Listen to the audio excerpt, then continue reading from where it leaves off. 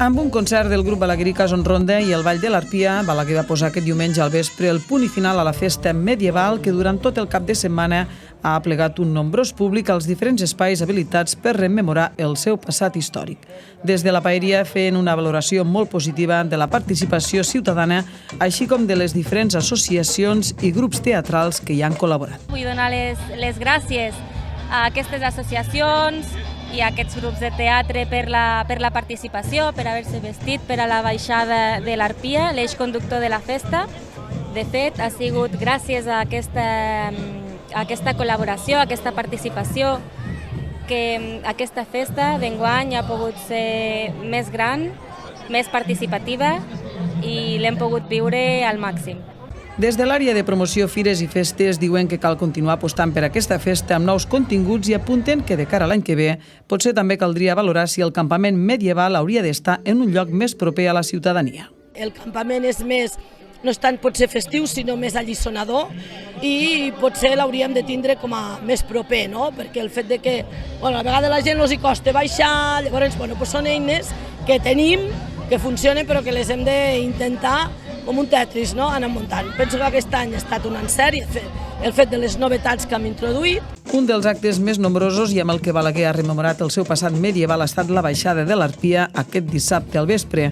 Es tracta d'un recorregut per diferents indrets del centre històric que comença al Castell Formós i que recorda el recorregut que van fer les restes del Palau de la Suda fins al lloc on avui sempre preserva la seva memòria, el Museu de la Noguera, on també hi ha l'Arpia que va ser trobada al castell l'any 1967.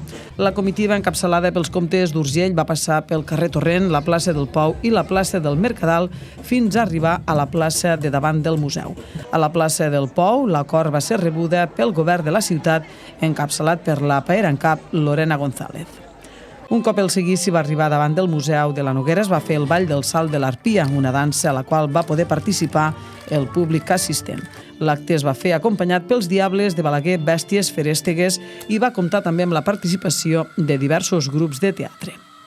La ciutat de Balaguer s'ha convertit durant tot el cap de setmana en el marc idoni per recrear l'època medieval al bell mig del centre històric, transformant-se en un poblat amb un mercat d'artesans i productes gastronòmics. També al mig de la plaça del Mercadal hi havia l'espai gastronòmic de les tavernes, on s'han pogut escoltar diferents concerts de música tradicional.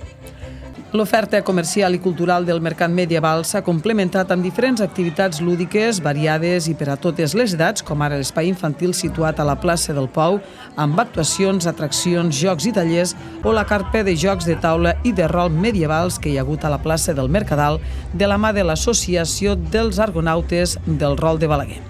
Tampoc enguany no ha faltat a l'Arpia la mostra d'antics oficis que s'ha fet tant dissabte com diumenge al carrer d'Avall, la recreació al safareig públic de la Reguereta de com es feia la bugada antigament o el campament medieval que s'ha instal·lat com cada any al Parc de la Transsegre. Pel que fa a l'apartat musical, a banda del concert de divendres amb el grup Grego Tecno, dissabte els protagonistes van ser a l'hora del vermut el grup Sal 150 i a la nit el grup de música Julibert.